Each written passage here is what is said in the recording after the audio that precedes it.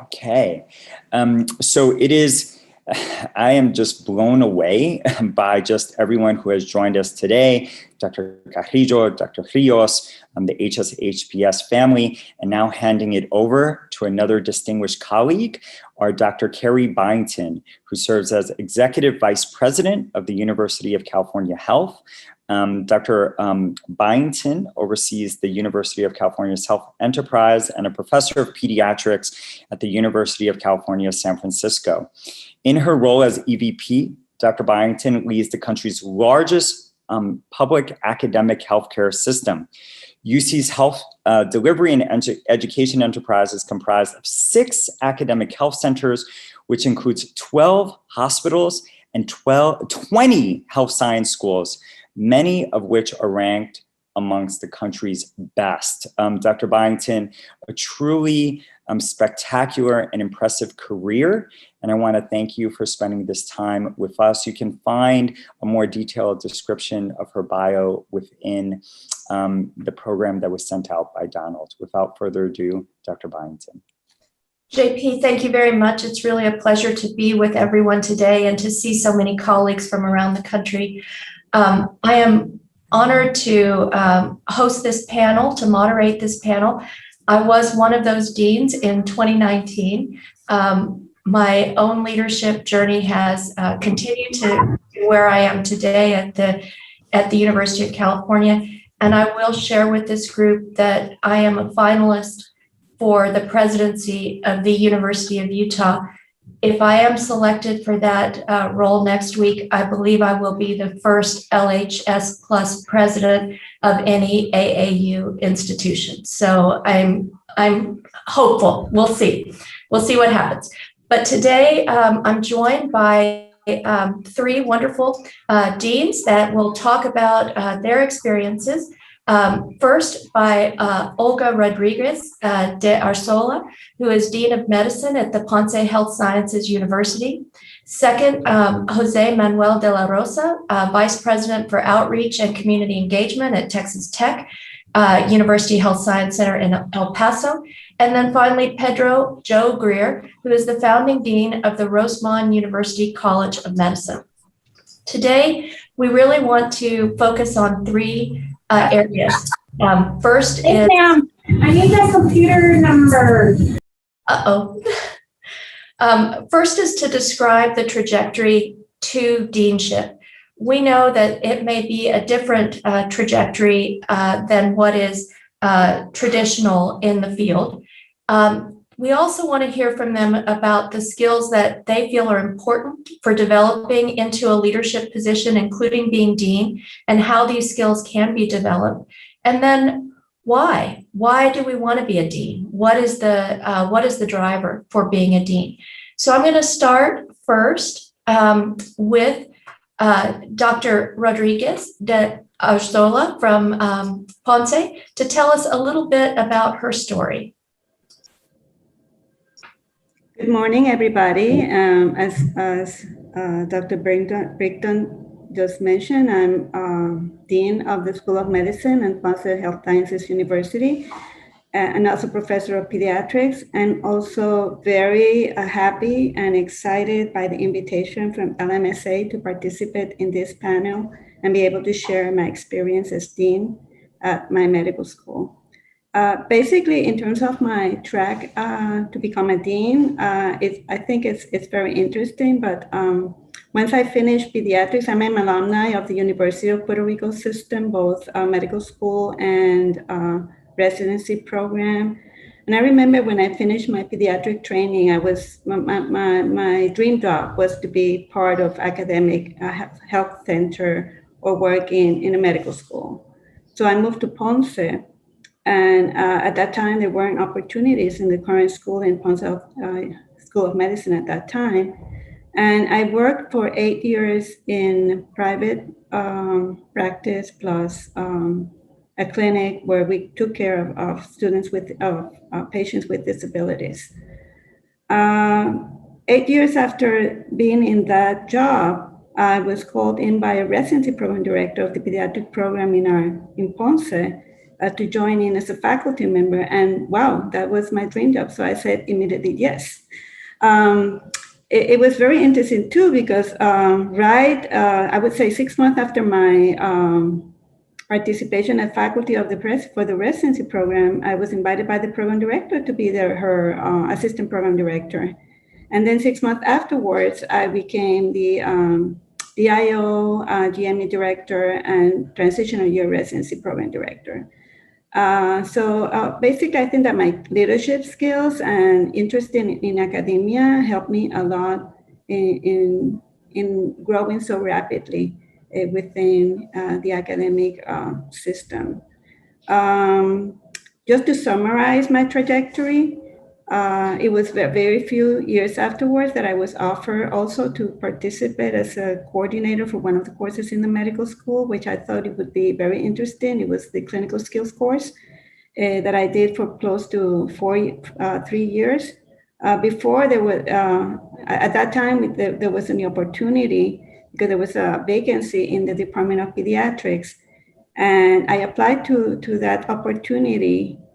I understand that I was the second recommended by the search committee.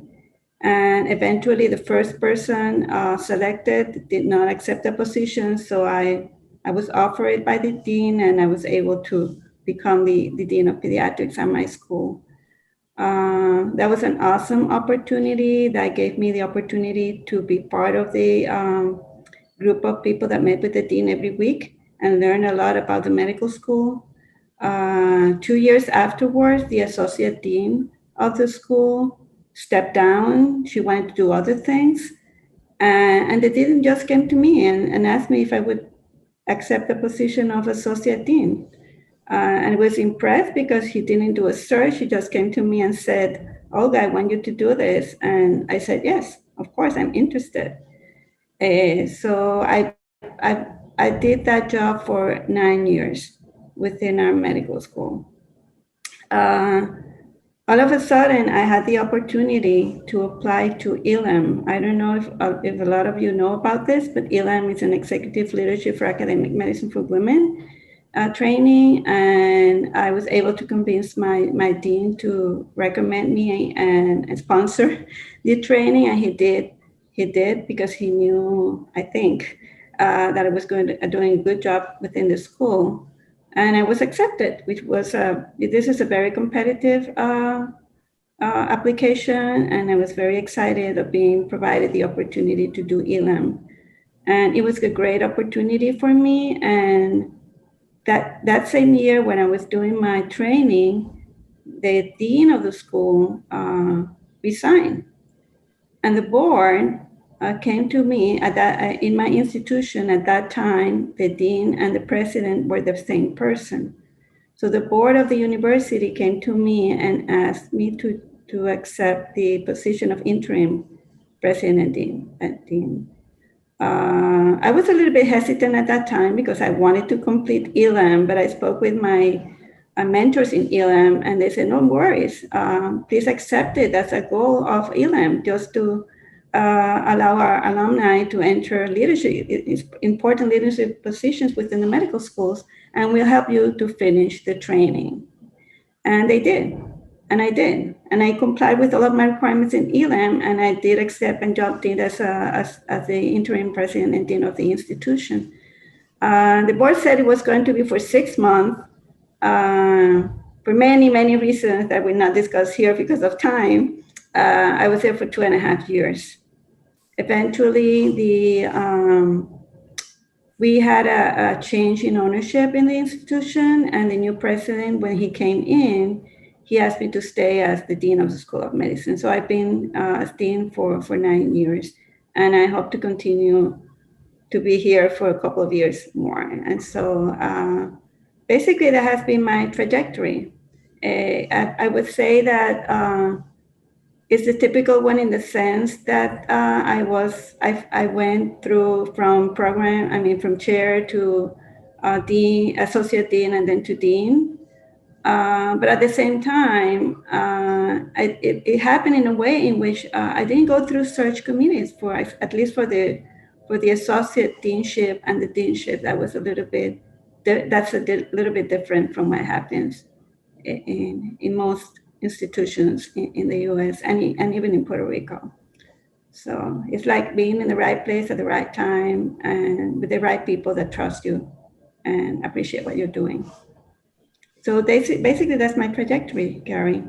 Thank you so much, Olga. And we're going to have time for questions after we go through all of these, but let's hear from Manny De La Rosa next. Manny? Thank you, Carrie. As Carrie said, I go by Manny. My full name is Jose Manuel De La Rosa. My trajectory reflects sort of the the inbred nature of my career. I started out as a medical student here in El Paso, went up to Lubbock. At the time, we were a regional campus, what became known as a regional campus of Texas Tech University Health Sciences Center School of Medicine in Lubbock. Did my residency here, did my early faculty here. I actually was sent as part of the National Health Service Corps to a little town called Fabens, Texas, to meet my my obligation. And as a pediatrician, I saw runny noses and runny bottoms in Fabens, and got a little bit bored, quite frankly. I went back to Morning Report and saw our chair of pediatrics, and he walked up to me and he said, "We're having problems with our rural rotations. Can you take some students?" And I said, "Sure, absolutely." And the students became residents, and we ended up writing a grant through the Kellogg Foundation to establish a series of rotations throughout West Texas. When that grant expired, we wrote another grant, and I was invited to become the Assistant Dean for Graduate Medical Education, with my role as a mentor to many residents. That grew into the Associate Dean for Medical Education, with UME, GME, and CME reporting through some assistant deans. And that became the opportunity to serve as the regional dean for the campus. I did that until 2007. By the way, very similar to what Dr. Rodriguez, Olga, described. I was named to a development program. That was the Council of Deans Fellowship for 2006, 2007. I think I hold the record for being the shortest time there. The program started in September. I was named the founding dean in October. And I was very happy to take on the founding dean for the new Paul Foster School of Medicine from 2007 to 2014. In terms of leadership skills, I think as a wannabe dean, you need to have a diversity of skills. Certainly, you need to understand conflict resolution. You know, ultimately, the dean is the arbiter between faculty and students, between students and residents. And if you can hone your skills in conflict resolution, you need finance. And my advice to you who are aspirational in your desires to be deans is serve on committees. Don't stay on one particular committee for very long. I know this sounds a little contrary to what you've heard, but move from the admissions committee. We're all desirous of admitting Latino students, but don't serve on the admissions committee for 20 years. Do things like the faculty grievance committee. Do the grading and promotions committee. Get to know the ins and outs of the university and of the School of Medicine in particular, so that you have each one of these tickets punched.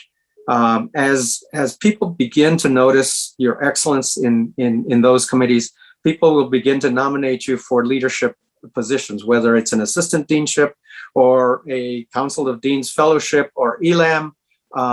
That is truly a stepping stone into the deanship. And then last but not least, Dr. Byington challenged us all by saying, why be a dean? And you know, many of us really, well, I'm a pediatrician, and so I tend to think about recruiting students and watching them grow, but having them already be developmentally formed in such a way that they're going to make caring physicians, you know, and we talk about making sure that the School of Medicine makes competent physicians. But I'd like to add the third C. Here's the pediatrician, the ABCs of being a dean. The third C is if you're only doing it for the academics and you're only doing it for the prestige and you're not serving your community, why do you really want to be a dean? And so I would challenge you to really think about being as a dean, recruiting caring physicians, people that are already well formed in their competency, molding your curriculum to make competent physicians, but in the end, helping them come back to whatever community they were raised in. Thank you, Dr. Byington. Thank you so much, Manny, for that. And we'll next turn to Pedro Joe Greer, if you'd like to share a little bit about your trajectory. You're on mute, Joe. Joe, you're on mute. I got off. I'm the old guy here. I still have an AOL account, so please bear with me on these things. Hi, I'm Pedro Jose Greer. They call me Joe, mostly because I grew up in the South and there was no redneck that could pronounce Pedro or Jose. But, you know, I grew up very much under social justice and the 60s and the 70s and saw the incredible injustices in this country, which we see now, including in my own community. As a matter of fact, when I went to college on a football scholarship at the University of Florida. And when I got there, it was the third year they had desegregated the Southeastern Conference. And because my name was Pedro Jose Greer, they naturally assumed I had to be Black, because Greer is a very common Southern Black name, and they put me in the Black half of the dorms. And I remember my introduction to college, which was basically my roommate, Charlie Hurst Johnson, who ended up playing with Cincinnati in the mid-70s, going, I guess you can say this is not publicly broadcast. He just opened the door. He's the largest human being ever from the state of Georgia. And he just looked down on me and said, shit, I thought you'd be Black. And my response was, it's worse than you think. I'm Cuban. We look like them, but we dance like you. Of which I used that as an example when I did the commencement at University of Florida Medical School in 2003 and said my two most important lessons as an 18-year-old. If they're really big, become their friend, it's self-survival. And it's great that we celebrate our differences, but when we look for what we have in common, there isn't anything we can't accomplish. And what we need to accomplish is really look at, why do we have disparities? Why do we not have diversity? And what are we as academicians doing wrong? And what do we need to change? And so I'm a hepatologist, gastroenterologist by formal training. And the reason I went into hepatology is because at the time, Cubans had twice the incidence of hepatocellular carcinoma as the rest of Americans. It turned out to be hepatitis C. Mm-hmm. And it turned out to be because affluent and upper middle class Cubans in Cuba all had a syringe and a hypodermic needle, because one of the cultural things with Cubans is whenever we're sick, we think it's a B12 deficiency.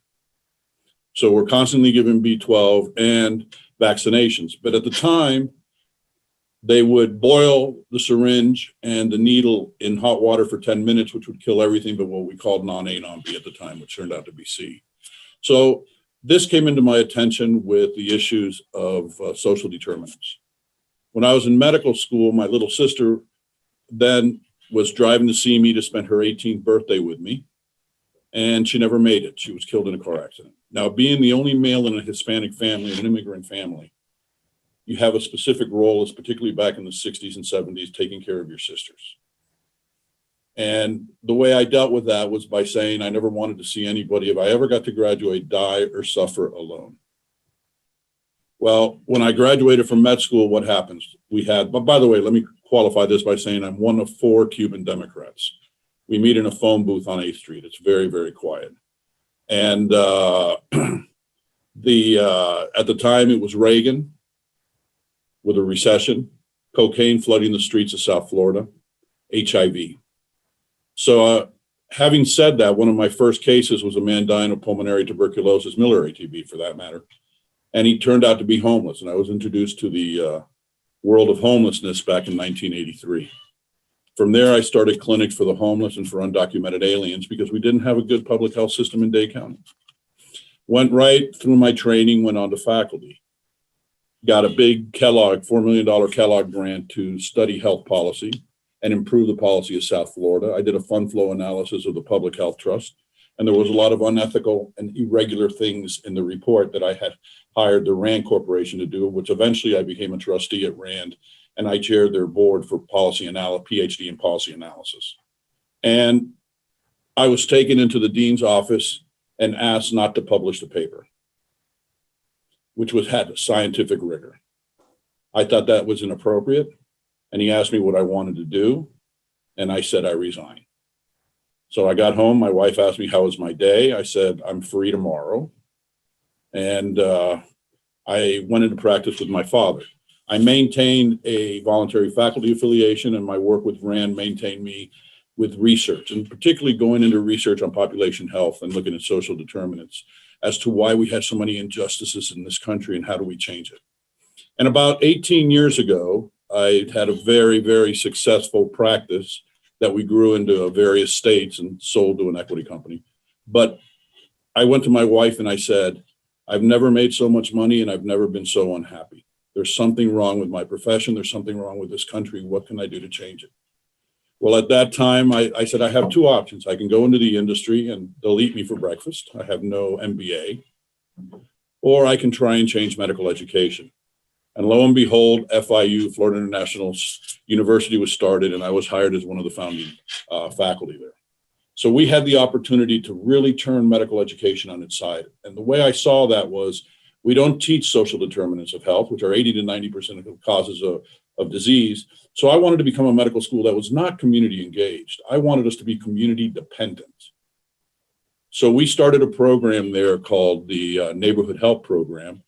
And it's basically household-centered care where we identify and mitigate social determinants of health, do a full primary care and behavioral health, and have a full interdisciplinary team, which goes all the way from students from the School of Education to law to social work, the very non-traditional things that you have to address to be able to deal with the social determinants. We ended up consulting at 28 different medical schools and helped start by advising 3 other ones, University of Houston, Cleveland State, and Kaiser Permanente, and into what we were doing. So we actually decided that to really improve the health of a community, you had to have a non-medical centric approach. The diseases that we were seeing in our own communities, the disparities that we see in Hispanic communities come as consequences. And we've seen this in COVID and in the response to vaccines. So the school we were at, which was Florida International University, a huge school, 58,000 students, like most large public institutions, want to go the traditional route. And so at that time, I was getting offers to be deans at different institutions. Most of them, some new schools, already established, a couple legacy schools. And I didn't want to go to a school that was a great school, because it would be a great school if I was there, if I wasn't there. I wouldn't make a difference. And the opportunity came up here at Roseman to start a whole new medical school from scratch. And this was being led by the fact that our main things are diversity, social justice, period. And get back into our profession. We need to do this, is get back the virtues that we've lost: humility, empathy, social accountability, the type of things that will improve the health of others. So when I came out here, the original faculty I brought out here is the most diverse senior faculty in the country right now. It's the 8 of us that came out here. 3 are foreign born Hispanics. Well, one's from Canada, but that's okay. I explained to her it's called Canada because a Hispanic went up in the dead of winter and said, "I got nada." Of the 8, 6 are women, and 3 are African Americans. The other diversity we have is, of the 8 of us, only 2 of us have MDs. The other 1 are trained educators, because what we were doing at FIU was developing like the MIT Media Lab, the studio design teaching. Why? Because we can't teach in the traditional way. The complexities that are out there and the changes that are going to occur in medicine means we have to prepare the students for the future workforce that have to be critical thinkers, creative thinkers, and leaders. And how do we teach them to be leaders? We work really hard on narratives and reflections. Why is that? Because if you want to be a good leader that wants to make change, you have to be able to tell a story. Now, we of Hispanic origins are great at telling stories. That's what we do. Let's mold that in a way that we make effective change. We should be leading that. That's what we need to do. I also had experience working up in Washington. I worked under Bush Sr. and I worked under Clinton as an advisor. I was offered various positions in Washington, of which I turned them all down because my wife said if I went in front of a Senate confirmation hearing, I would embarrass the family for generations to come because I'm just going to say what I feel anyways. So I think is that we have to stand at the highest pinnacle of our ethics, of our morals. We have to be that type of leader. As a leader, you have to be able to inspire. You have to be able to promote your faculty. You want your faculty to do better. You want to make the world better. The other thing that's really essential if anybody wants to be a dean, start learning how to fundraise. Because that's, you're like the fundraiser in chief. You have to do that. The LCME gives us mixed messages. We want diversity, but we don't want debt. Well, if you have diversity, and diversity is socioeconomic, you have to do that. At FIU, 70% of our students only got into FIU. 55% of our students, we were the third most diverse medical school in the country when we left last year. Was FIU. We had 55% Hispanics, averaging 35 to 40% Hispanics, second only to Puerto Rico in the percentage of Hispanic students. And here's the amazing thing. Every single graduating class we had the highest step scores 1, 2, and 3, the highest pass rates, and the highest match rate. As a matter of fact, our students, when we left in 2020 in that last graduating class, still had 100% match in ophthalmology, neurosurgery, and urology. Now, we're all saying we need more primary care doctors, and I agree with that. We really do. However, when you have 40% of your students are first generation college, and that first student that graduates from college and goes to med school, that's the first person in that family's lineage that will be able to earn wealth. And so the impact on doing that is you have to look at what we're doing. We're bringing students in. So I would prefer a first gen student. What we're doing here, and we've been working with Claremont and KGI, is we're forming graduate schools in biomedical sciences. I'm working with the state schools here in Nevada, and they're working with the ones in California. And so we want to get students early. What we're doing here is we're bringing the students in after the third year, giving them a master's degree in 2. We've come to the agreement with the state schools and all the other little numbers you got to do in this with state schools and a private school, that when they finish, they'll now have a bachelor's and a master's degree, 2 marketable degrees for the first generation college. Then they have the option of applying to medical school, dental school, pharmacy school, and nursing school. So all of these are health science related. Joe, thank you for sharing all of this. I'll shut up. Go ahead. It's okay, but we've got a couple more questions that we want to answer, and we'll let you talk some more. So I think what you've heard from the 3 individuals is that they're really bringing a sense of purpose, a sense of service to their community, and they're bringing new perspective, which is so vital to academic health and academic medicine in the United States. Our health centers have really been functioning under a similar model since 1910, since the Flexner Report. The world has changed since then, and we need these perspectives. And so there are a couple of themes that we heard during their discussions that I'd like to pull out and talk about a little bit more. So in the traditional pathway, people advance to dean after they've been department chair. That is the most common route. But JP showed us data in the beginning that LHS plus individuals are very rarely department chairs. Women are rarely department chairs. So those of us that are both women and LHS plus, we really face a double bind. So I'd like to hear from people. I heard them talk about a couple of things. One is getting training, like training themselves. Let's hear about what that training involved. And second is accepting jobs as challenges where you may be learning skills on the job. I know for me, that was a way that I was able to advance. My first leadership role, my department chair asked me to take on, to become the vice chair for research for the department and to lead a research mentoring program. I didn't feel ready for that. But I did realize that if I didn't do it, no one was going to do it.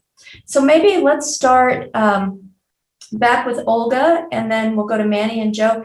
Tell us about training, either formal training or on-the-job experience, and how did that contribute to your leadership development?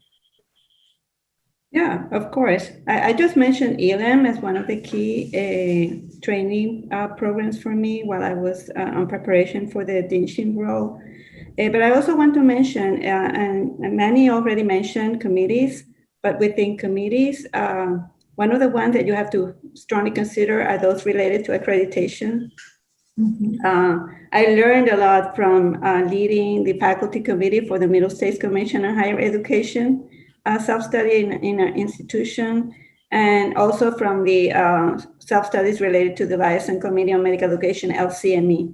And the reason is because usually the discussions that I held during those meetings go into the depth of what the institution is, who the board is, how it works, what's the mission, what are the policies, especially the administrative policies that sometimes you as a faculty member don't know. So it's a great way to learn about the institution where you work and how the administration is being done. So I would strongly recommend that that you engage in those kinds of processes. But these are ad hoc committees, but you learn a lot. And you, the other thing that you network with peers from the institution, both the basic scientists, the clinical scientists, and even students that participate and board members that participate in these activities. So I would say that in terms of also on training, it's not an experience that I have had, but I've seen that in my deans. And I'm lucky to, I'm proud to mention that I have a lot of women working with me as associate dean. It's not almost all of them. And one of the things that's as dean I love to do is prepare my people to become better leaders. And I know that many of them have participated in the AANC workshops to prepare either Hispanic faculty or young faculty or senior faculty members or new department chairs. Those are very useful. So if your dean does not ask you to do that, please ask your dean. I think that asking the dean sometimes is very important. Sometimes we may not be aware about your interest. Or basically, we are expecting people to do it and they don't. I have the personal experience of offering people to attend meetings and they just say, no, I don't have the time. Versus others that come to me and say, I'm very much interested in learning about this. Please, would you sponsor me? I really love when that happens. So please ask. Thank you, Olga. That's such an that's such an important lesson to let your bosses know what you want to do, what you aspire to be, who you aspire to be. Exactly. They can't read your mind. Let them know so that they will think about you for opportunities. So great advice there. Manny, do you have advice as well for developing skills? Sure, I would echo a lot of what Olga is saying.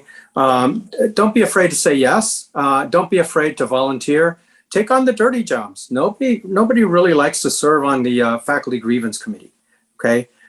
Because you get caught in between things. But as you're serving in that committee, learn and imitate from your peers, and so you can truly learn grievance resolution, conflict resolution. As a dean, you're going to be doing that. Get additional training. Many of us have additional degrees, whether it's an MPH or an MBA. Make sure that MBA is grounded in healthcare. You can learn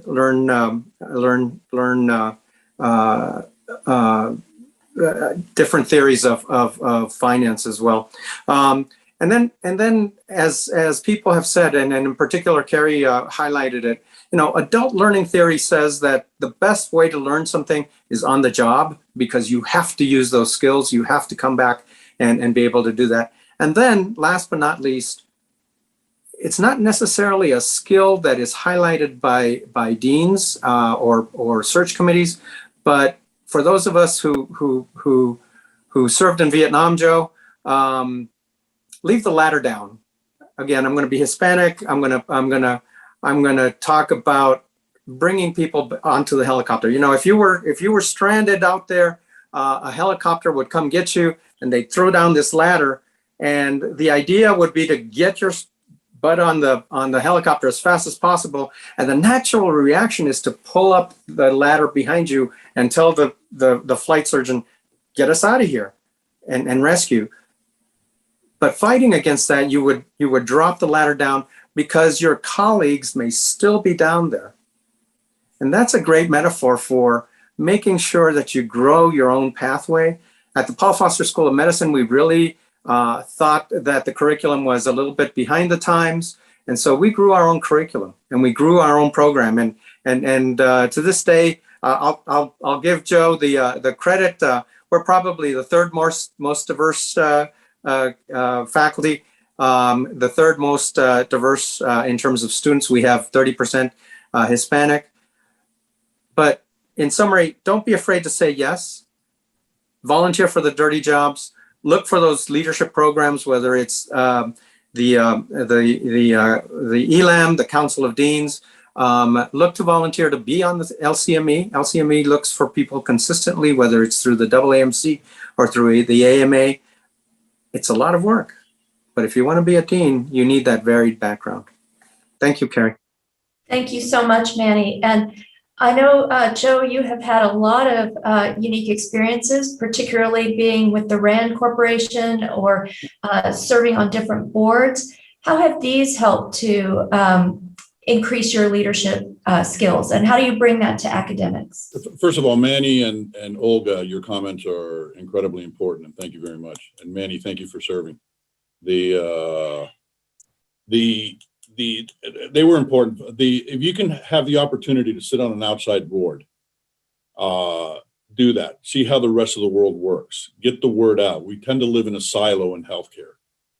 We have to get that word out. I was the chair of the Hispanic Heritage Foundation for about a decade, which was vitally important.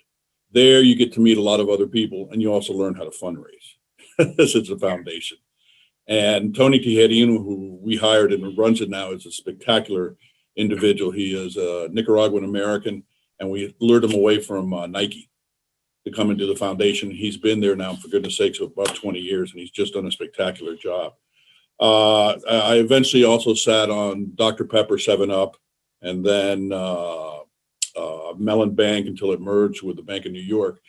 And now I'm with the Capital Group and the American Funds, which is a independently owned money manager, that the largest one in the world. And so you learn and you meet diverse people. You learn different ways of management. You learn different ways of how boards are to function. The idea is get out there and get this experience. The other thing I'm going to say is one rule I've always done is I need to hire people smarter than I am. which turns out to be pretty easy to do because I'm not that smart. So, I mean, the pool is even larger than most people think. But by doing that, you surround yourself, and you need to be a great mentor. You need to stay on mission. You always need to take the high road.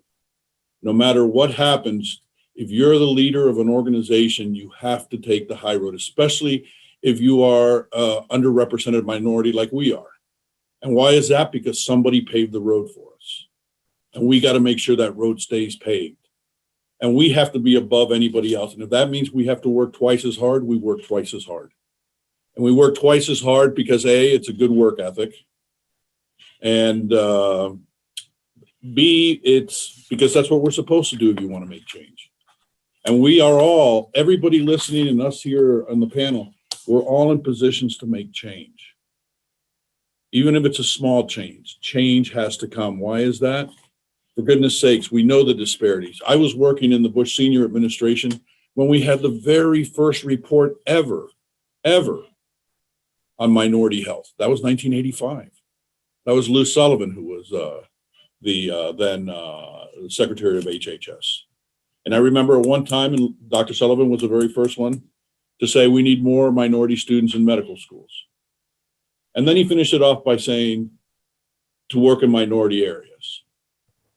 Now, historically, that'll happen, but I raised my hand. I said, Ecomi, please, my name is Pedro. Do I get the barrio? And does John Smith III get Fifth Avenue? Is that how this works? Or should we not be training physicians to treat everybody without prejudice? Let's get back to that. Let's take the lead. Let's be the physicians that we happen to be Hispanic. So that means that we have better music and better food, and go out there and lead the change in this country. Because the traditional medical education that we have here in education has not changed. How racist is our admissions policies? Why do we need organic chemistry when you're not going to really use it, especially in the new medical schools? We're here to produce clinicians. We're not here to produce bench scientists, because the bench scientists are going to go to the legacy schools anyways. So why do we need that? I mean, somebody said, well, it's a weed out like boot camp. I said, boot camp weeds you out because you can't complete the physical functions you need to complete to be able to be a good soldier. Organic chemistry, really? So you don't do well in organic chemistry. Does that really matter? And we have to relook at all these things. What are the pre-med requirements? What are our admissions criteria? How important are the steps or the MCAT? And are they really testing what we need to do? Because they really don't correlate with much. So you have an opportunity, especially those of you that are in mid-career and early career, because medicine is going to change drastically in the next couple of decades with technology, with delivery systems, and we should be able to take the lead. We have the voice of those that are treated the worst in this country, those that are Hispanics and African Americans. We have their voice.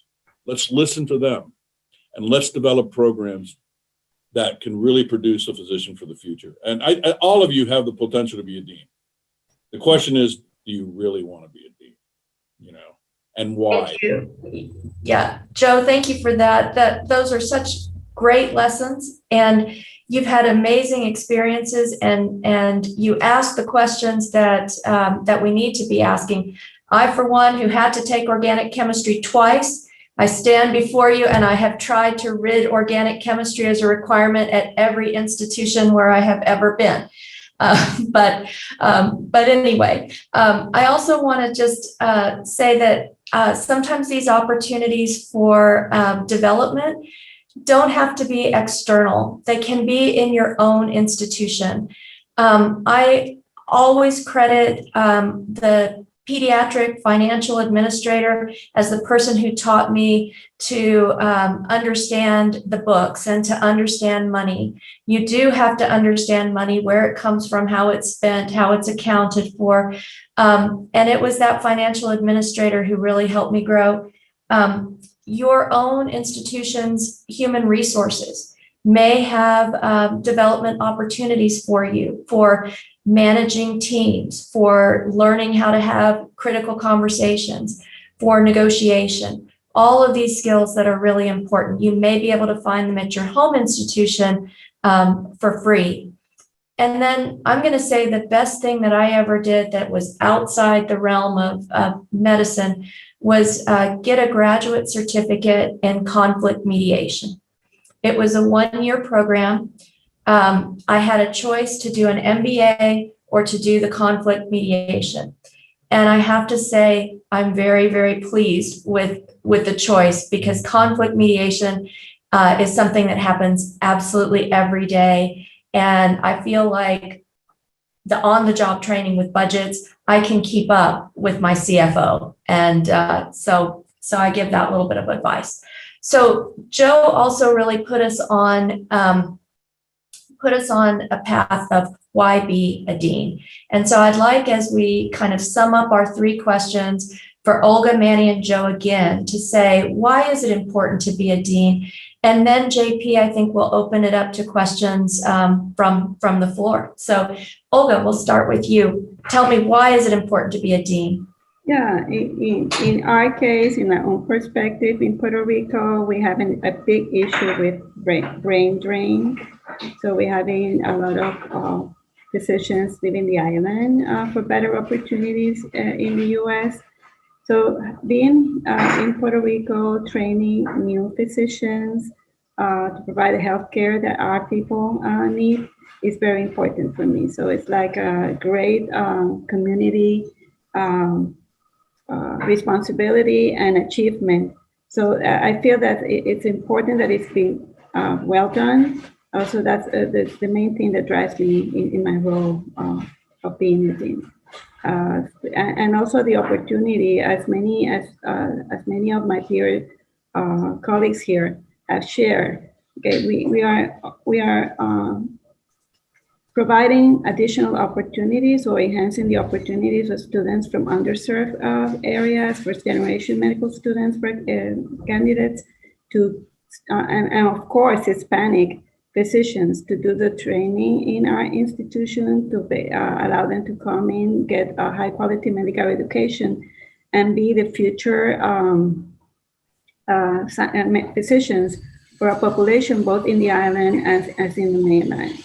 And those goals within our institution really excite me and make me so proud and happy of being a team. Thank you so much, Olga. Sure. And do you have comments? Of course I have comments. I wouldn't be me if I didn't have comments.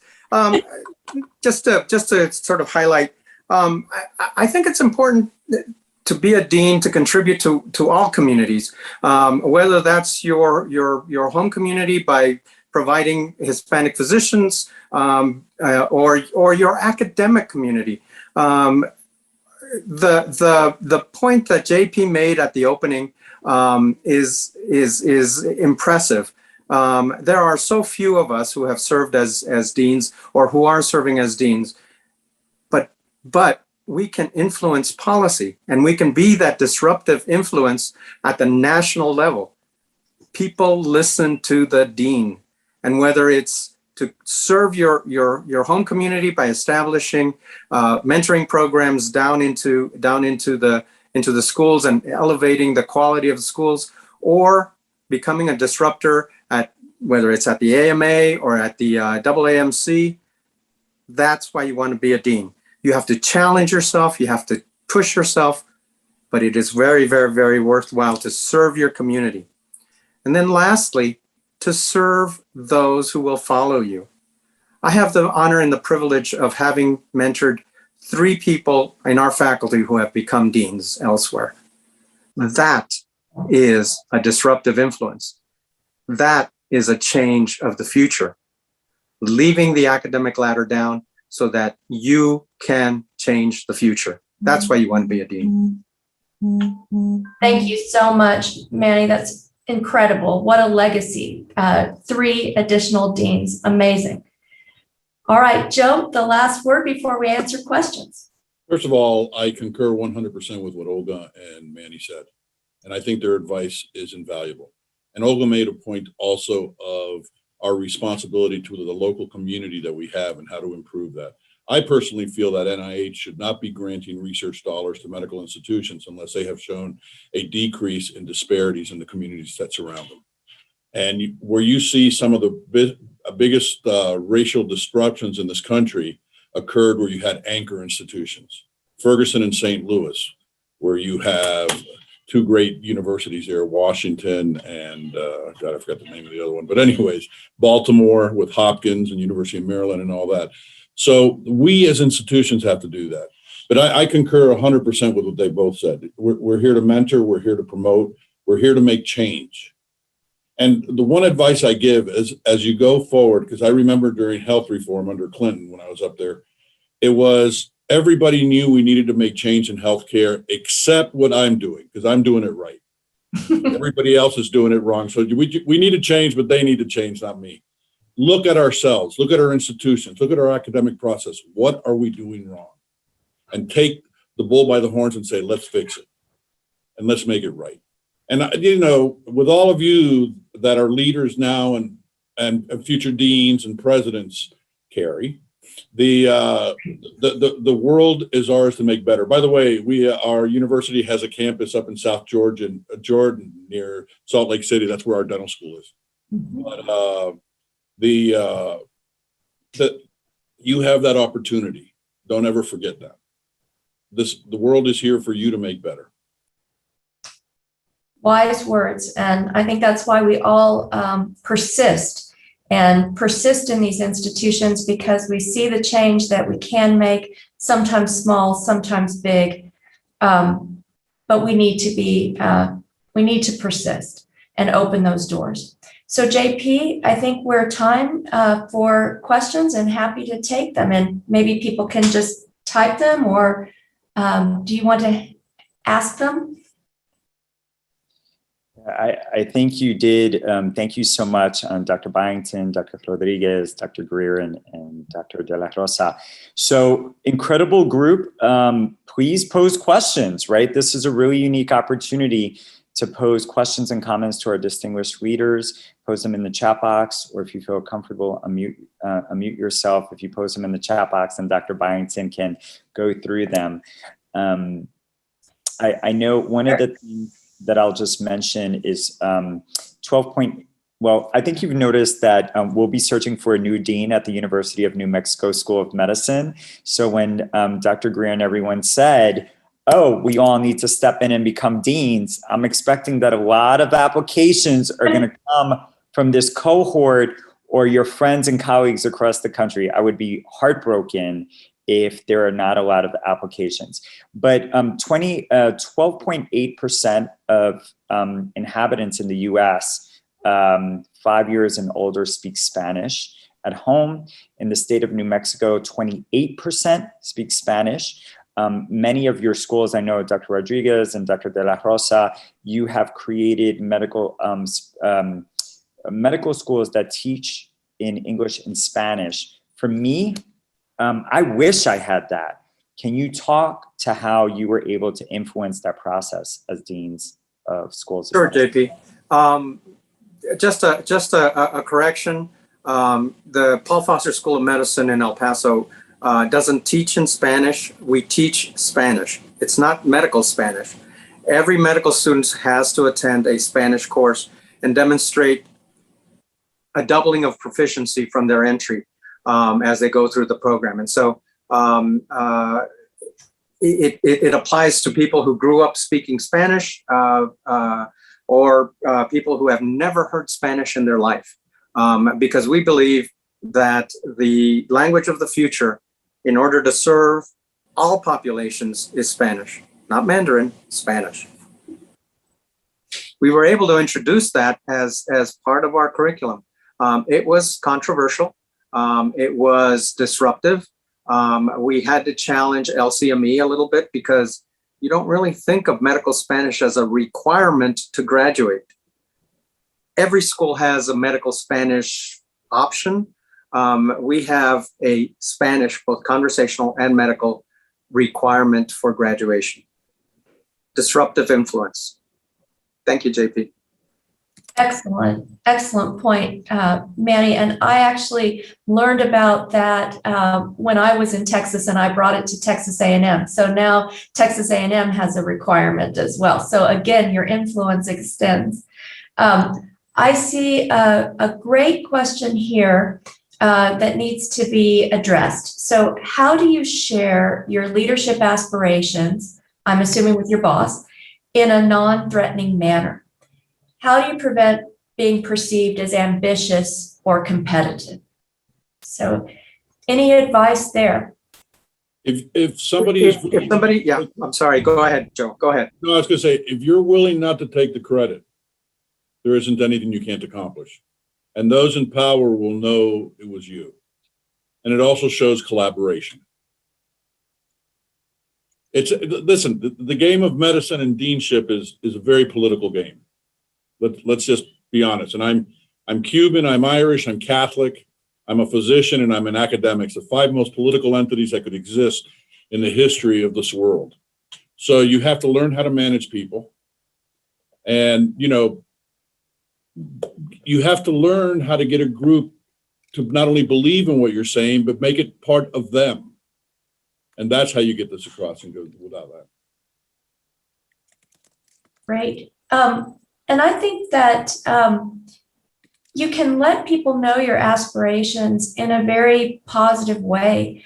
When you're asking someone for help, could be your division chief or your department chair, there are good data that 98% of people cannot help themselves. They will help you if you pose it that way. So as someone who might be interested in leadership development, to say to your chair, I would like to ask your advice, or can you help me? I'm interested in leadership development. I aspire to be X. It's going to be very hard for that person to turn you away. That's not who we are as human beings. Olga, do you have other advice that you'd like to share? I fully agree with that. I think that you do not have to be afraid. Just go on and ask for it, either to your chair, or if you cannot get a response, then to your dean, so that that person can help you with your professional development, and so you can grow within the institution. And believe me, sometimes you as dean, we miss those kinds of approaches from the faculty. And personally, I wish I had more. Yeah. I would. So don't be afraid. Mm-hmm. I would echo those remarks. I've had people come negotiate their contract. The 3 S's: your space, your salary, your support. Your support comes in not just on the people who are going to support you, but how you're going to support the dean. Having said that, I've had people come in and say, I don't want it written down, but if I'm going to come be your fill in the blank, I'd like to be a dean someday, and I want you to mentor me. That sealed the deal for me. I mean, it was the whole program. And this person came in as a chair, and we mentored her, and she went on to be the dean at Meharry. So it's wonderful. It's fantastic. I see another question. It says there are many How do we address the physician shortage in underrepresented people when we have a huge movement towards having mid-levels like CRNAs and ARNPs working independently without physician supervision? What is the incentive for minorities and others in general to sacrifice so many years when we see what is happening with mid-levels? I think that mid-levels, when used properly, actually enhance a practice and delivery system. And I know that many states, especially here in the Southwest, NPs can practice independently of physicians, where you have a massive shortage of physicians. Actually, Nevada's 49th in the country in primary care doctors. The other thing is, how do we incentivize more people to go into primary care, especially in underserved areas and FQHCs? Well, first and foremost, we need to start paying people at a market rate and motivate them to go into being able to do that, because you can have all the mission oriented you want, but we need to treat that fairly. But the other thing is, the things with CRNAs, who I've worked with a lot as a endoscopist, and ARMPs, they're here to stay, folks. We're not going to change that. So we need to work that in a way where we change the system on how they treat us to be able to do that and incentivize folks to go into primary care.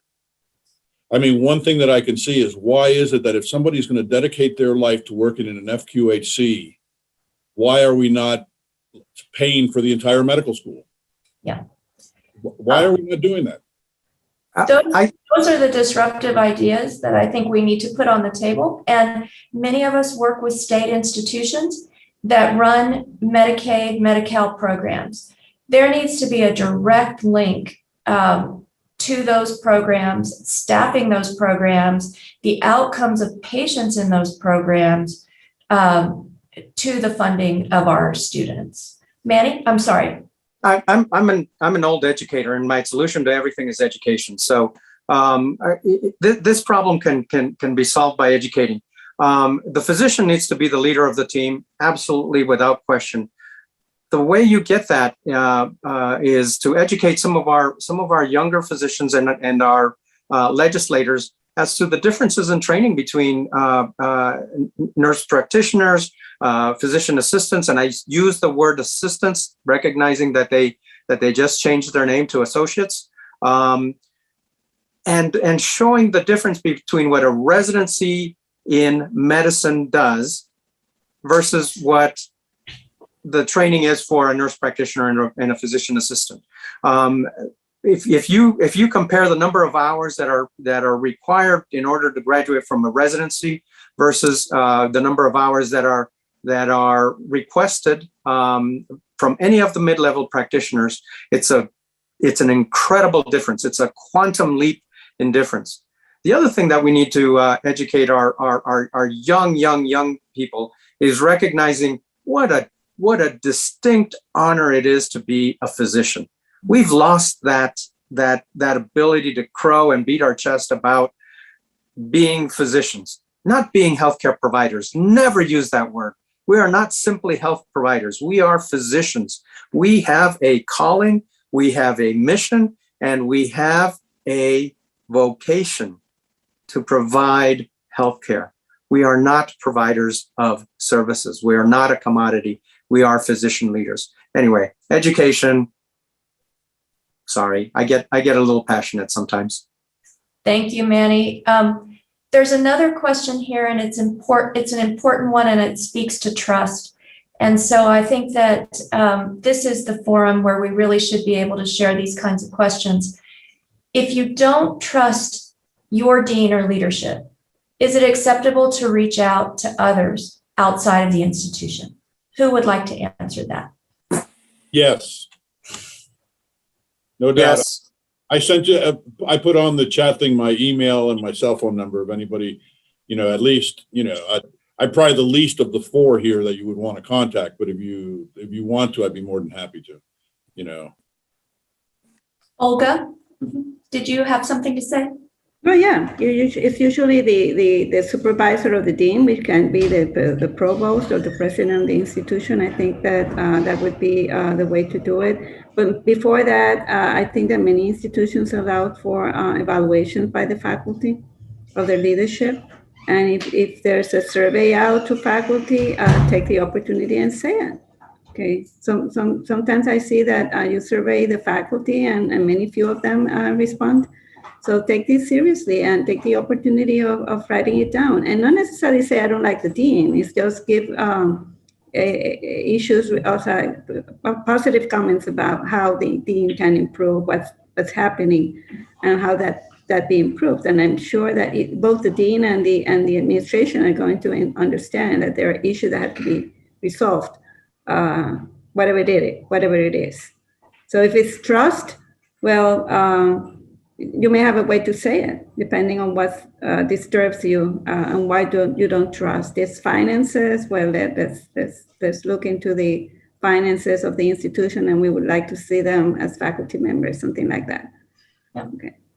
We're all Hispanic in one way or another, and it's inculcated into us about not being confrontational. Don't make it personal. Make it about the issue. It's not simply about trust of not trusting, my Dean Joe. It's about not trusting the numbers that he has, not trusting the reports that he has, not trusting some of the decisions he's had to make based on those reports. But speak up. And I think Olga's right on target. Go to your provost, go outside the institution for guidance if you really truly don't trust your dean.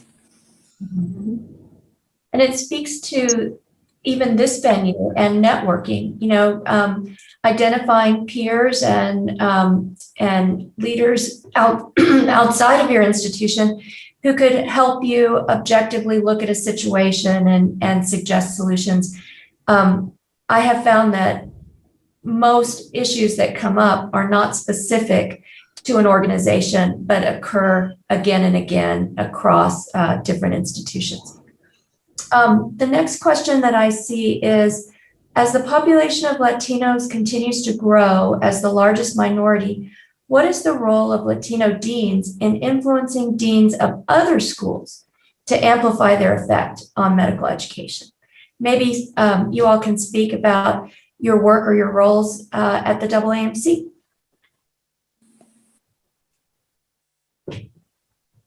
The other one is to prove that they're wrong, as we did at FIU, with almost 7 times the number of Hispanic students percentage-wise as other schools. They end up getting the top scores, and they weren't even accepted into the other schools. We throw away talent in this country. So when somebody comes up with that argument, well, it's a matter of quality, it's a matter of this, it's BS. I'm a GI guy. One of the prompts that Carrie gave us is describe some of your work. Your presence on committees, again, never underestimate the influence of your presence on committees, whether it's your admissions committee or the Council of Deans Administrative Board at the AAMC. Your presence on that committee or any other committee in between gives a different perspective. It also gives a face to being Hispanic. Until you know somebody that self-identifies as Hispanic, it's an abstract thought. We're still in that stage of development. And so volunteer for service, consistently take the hard jobs, consistently show them your excellence. And as Joe says, prove them wrong. And at the least, participate, for example, in the Council of Deans meetings. And sometimes these are very important conversations are held, and I see that a lot of deans are usually absent. So active participation is great to enhance communication. I want to give an example of what we do in Puerto Rico. We have 4 deans in the 4 medical schools, and it's not uncommon that we meet together and speak about issues that relate to our schools. And I know that this is done by many deans nationally, by many from different states. I think that Florida, for example, also has a group of deans that meet. So that's another way in which we monitor. We share our experiences and even address the challenges that we have locally and go together to solve them. And I didn't mention before, but one of these big, very important skills for a dean is advocacy. And you can learn to do that even as a faculty member. And I'm not meaning only going to your president or to provost to ask for things. It's going to the governor, the legislature, and advocate for your school, your students, your funding, anything that you may need to advance your goals within the medical school. So that's a very important skills. And I mentioned this because I've been together with my other 3 peers in Puerto Rico to our legislator to advocate for things that are important for our schools. Great advice. Oh, JP, did you have a question? If I could have a Puerto Rican pride moment, I would like to point out that 2 of the deans in Puerto Rico are women. Somehow, machismoism was able to be put aside for Dean Brugal and Dean Rodriguez to be phenomenal leaders. And I think that's an important recognition. The other thing I'll quickly mention is if you could give commentary of the role of search firms. In my limited experience, I found that search firms may not have a robust history or experience in identifying LHS plus community members. Can you talk about how we should all work and question the experience and efforts of search firms? I think JP, I can begin saying that. if you're hiring a search firm, emphasize the importance of diversity. And that's what you want to see, because that should be one of the leading things we have there. But that's would be my recommendation. Great. Olga? No, we barely use search firms. So we always do it on our own. So I don't have an experience with the search firms that I can share. It's been good. I mean, I'm very much satisfied with the outcomes. So it's basically the search committees within the school, which is faculty, the ones that reach out and make the announcements, select the people that we want to interview and make a recommendation. And both those comments come back to why it's really important to have a program like Líderes so that we can network.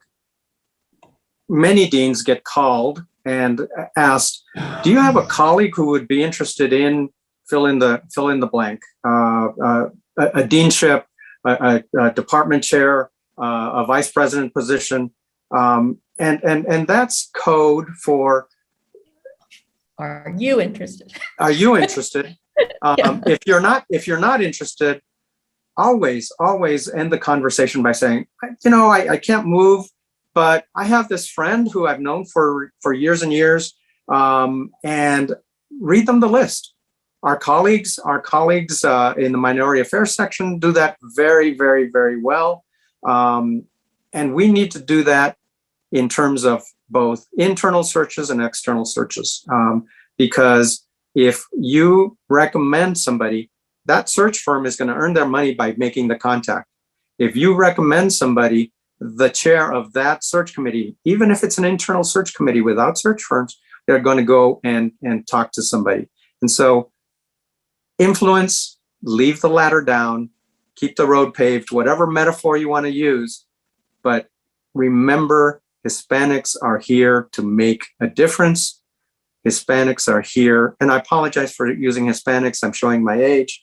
At least I'm not saying Chicanos anymore. I'm teachable, JP. I'm teachable. But remember, we are a disruptive force simply by our presence, simply by our speaking up. Thank you. Sorry to be so long-winded. No, it's perfect. And I was going to say in ELAM, one of the most important lessons that I learned was always call the search firm back. Before I went to ELAM, if I would get those messages, I just hit delete, delete, delete. I didn't realize how important they were. But always call the search firm back. Even if you're not interested, let them know who you are and what you might be interested in. But more importantly, as Manny says, give them lists of people that they don't know. They love to cultivate their list of talent, and they will call you again and again if you refer them good people. So open the doors for your colleagues and give that search firm a 1-minute email or a 5-minute phone call. It can make a difference. All right. Well, JP, I think we're at the end of our time, and I like to keep it on time, so I'm going to turn it back to you. Well, thank you so much, Dr. Byington, Dr. Rodriguez, Dr. Greer, and Dr. De La Rosa. A truly informative and inspirational talk. And thank you for extending yourselves through email and telephone to serve as our advisors, mentors, and champions. With that, we're going to take a slight break. If our speakers and moderator are willing to stay on, I know you're extremely busy, just to field any additional questions. As we take a break, I'm going to ask Ryan, our tech support, to ensure that the next speakers and moderators are made co-hosts and they could actually start loading their presentation. So we'll take a 15-minute break and then we'll get started. Huge applauso for our moderators and speakers. Thank you. Thank you, guys. Thank you. Well done, Carrie. Well, thank you all. It's a pleasure. Thank you.